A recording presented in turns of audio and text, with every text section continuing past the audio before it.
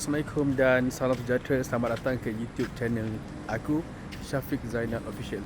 Okey, sekarang ni aku berada di Taman Tasik Seremban.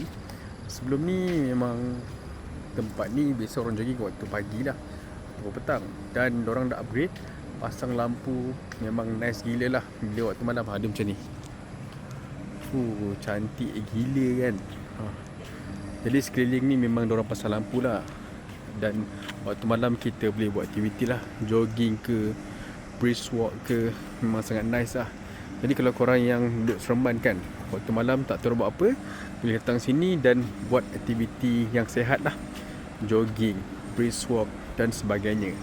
Aktiviti yang tak sepatutnya jangan lakukan lah, benda tu semua haram. Jadi guys, untuk warga Seremban ataupun korang yang nak datang Seremban, waktu malam boleh datang sini, tengok-tengok kan, jalan-jalan sambil melihat ni kolam tasik yang ada dekat Seremban ni. Taman Tasik Seremban guys, memang sangat lawa. Okey, aku pun jarang-jarang datang sini, tapi bila sekali datang tu macam wah, memang sangat nice gila lah kan. Taman Tasik Seremban ni memang sangat cantik. Okey, jadi ini aku punya vlog untuk hari ni. Aku nak kenalkan Seremban ke dunia, ke seluruh dunia.